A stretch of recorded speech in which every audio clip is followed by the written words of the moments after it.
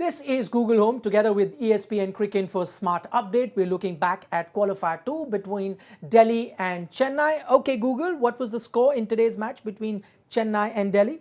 Delhi lost to Chennai by 6 wickets. Delhi scored 147 for 9 in 20 overs and Chennai scored 151 for 4 in 19 overs.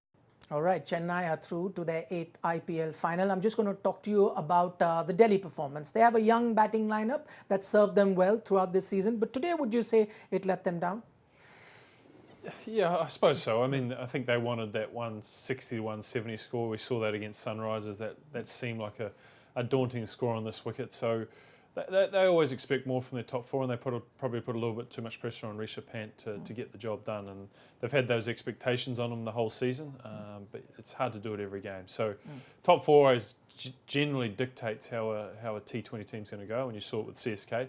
But unfortunately for Delhi, when they need them most, it wasn't there today. I'm going to ask you a question on the selection. If you were to pick and you had a choice between Kimo Paul and Chris Morris, who would you go with?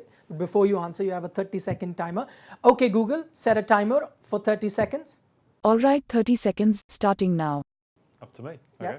Okay. Look, I think the thinking that Delhi would have been around the previous performance and understanding that surface. And I think Kimo Paul did a fantastic job. He picked up 3 wickets, but more importantly, he gave them options at the death. And I think that's what they were really looking for with the loss of Rabada. They knew Trent Boult could come into that role, and they also wanted someone else. And it feels like they didn't quite have that trust in Chris Morris to do it. He'd been slightly expensive with the ball early on. He's obviously a better batter, but I think Kimo Paul just offered them that balance that they wanted.